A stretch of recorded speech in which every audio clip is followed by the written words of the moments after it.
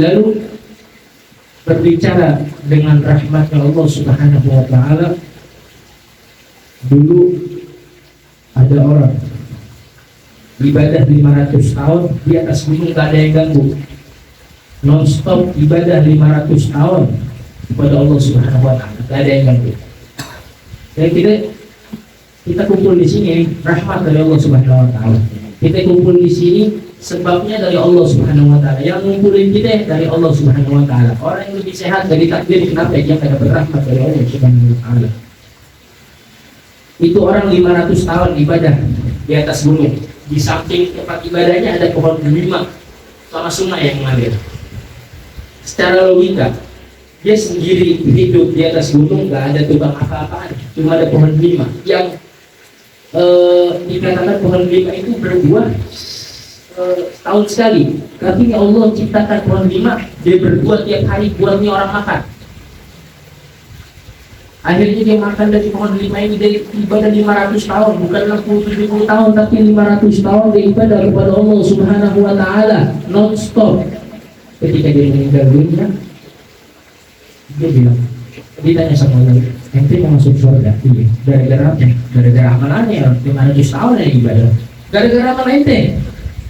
Ditanya lagi, ente mau masuk surga gara-gara apa? Gara-gara amalannya ya, jadi 500 tahun ibadah. Oh, ini 500 tahun ibadah. Ya, masuk ke surga. Masuk ke neraka.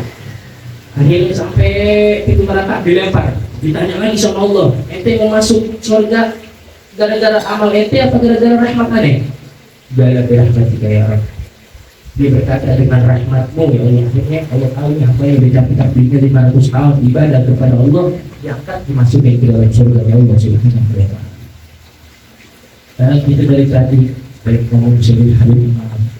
Sayyidina Habib Umar ini kalau tidak alasan hadir malam Kamis.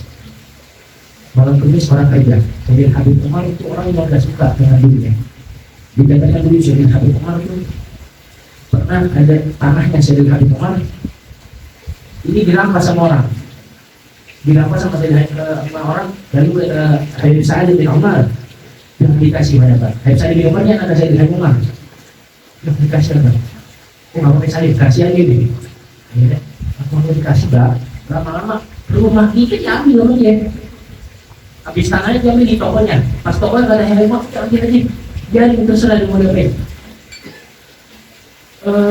Kalau begini caranya Bang, besok rumah kita diambil sama dia. Biarin aja rumah kita diambil sama dia. Kita masih bisa dijual di mobil. Aku nggak mau berhadapan dengan Allah memperdebatkan masalah dunia, memperebutkan masalah dunia. Oleh karena udah mengamalkan kita dari sifat-sifat keduniawian. Lalu kita kumpul menyebut saya Abu Umar ini orang soleh saya katakan. Tidak terus saja kan juga rahmat. Jadi kita sebut nama orang soleh, orang alim kan juga rahmat. Turun rahmat Allah. Kata Imam Haddad dalam syairnya, man arafna ma sayyabna wa in sayyabna. Mereka orang-orang mengenal kami, lalu kami mengenal mereka, dan ketika mereka melupakan kami, tapi akan tetap mengenal mereka. Kita kenal sama Sayyidina Habib Umar, lalu kalau besok kita lupa sama Sayyidina Habib Umar, kita sibuk dengan urusan ini, Sayyidina Habib Umar akan berarti nanti di akhirat. Makanya kata Sayyidina Habib Umar, musahabatul rijali dari wafa na'imul khuldi fidaril fana. Duduk kumpul sama orang soleh yang mulia, yang setia menunaikan janjinya kepada Allah Subhanahu wa Ta'ala, dawil wafa na'imul khuldi fidaril fana. Kenikmatan di dunia ini yang abadi. Nikmat di dunia nggak ada yang abadi. Makan enak 5 menit rasanya hilang jadi kotoran. Tapi kata Sayyidina Habib Umar, ini kumpul sama orang soleh, kenikmatan yang abadi sampai di akhirat nanti itu bakal ada akarnya, ada bekasnya kumpul sama orang soleh. Seperti cerita ya, omongan Sayyidina Habib Umar menggambarkan cerita yang kemarin-kemarin Sayyidina Habib Umar lalu bikin saya itu. Ada satu orang ahli maksiat. Ahli maksiat ini ketika meninggal dunia, mereka tanya kepada Allah, ya Allah, gimana ini orang? Gitu kan. Cek dulu gimana itu lagi gitu. Agamanya apa? Pernah kumpul nggak sama orang soleh? Oh, agama Islam ya Allah. Pernah kumpul nggak sama orang soleh? Oh, nggak pernah ya Allah. Pernah cinta nggak sama orang soleh? Oh, nggak pernah ya Allah. Akhirnya mereka bilang, ya Allah, ini kau yang tahu deh gimana keadaan kamu yang ini. Lalu kata Allah, masukin ke dalam surga. Ya Allah, kenapa kau masukin ke dalam surga? Dia, karena dia punya teman, temannya cinta sama dia, temannya kenal sama dia.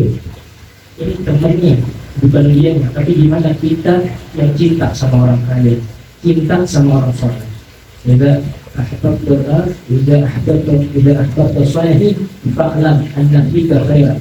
Jika kalian mencintai orang-orang soleh, ketahuilah di diri kalian ada kebaikan. Jika uhibbuka sholihin fa'lam anna fika khairan. Ketika kalian dicintai sama orang soleh, ada di hatinya orang soleh, fa'lam anna fika khairan. Ketahuilah bahwa kamu mempunyai sir, mempunyai rahasia. Kita cinta sama orang soleh ini sudah kenikmatan dari Allah Subhanahu wa Ta'ala. Mudah-mudahan Allah mengganti nikmat ini sampai akhir hayat kita. Allah kumpulkan kita bersama orang-orang soleh. Terakhir, wajibilah ini. Sekarang zaman terpecah. Jadi Habib Umar bilang jangan sampai umat Islam terpecah belah. Ulama yang ini, ulama yang itu dibetul-betulkan. Yang caranya beda dibetul-betulkan. Sebenarnya ulama semuanya sama. Yang ini yang keras, yang lembut, ini semuanya ngajak kita kepada Allah Subhanahu wa Ta'ala. Tujuannya satu, ada torigo ini. Tujuannya kepada Allah Subhanahu wa Ta'ala. Cuma caranya aja yang beda. Kita ini belajar matematika. Untuk menemukan angka 10, ada 5 tambah 5, ada 6 tambah 4, ada 7 tambah 3, ada 8 tambah 2, ada 9 tambah 1. Ujung-ujungnya 10 hasilnya. Begitu juga para ulama, dia berbeda torigo, dia berbeda cara ngajarnya. Bukan dicaci, bukan dimaki, tapi itu tetap tujuannya kepada Allah Subhanahu wa Ta'ala. Tetap tujuan mereka menyampaikan umatnya Nabi Muhammad kepada Allah Subhanahu wa Ta'ala. Karena tukang bakso, tukang es doanya nggak mungkin sama.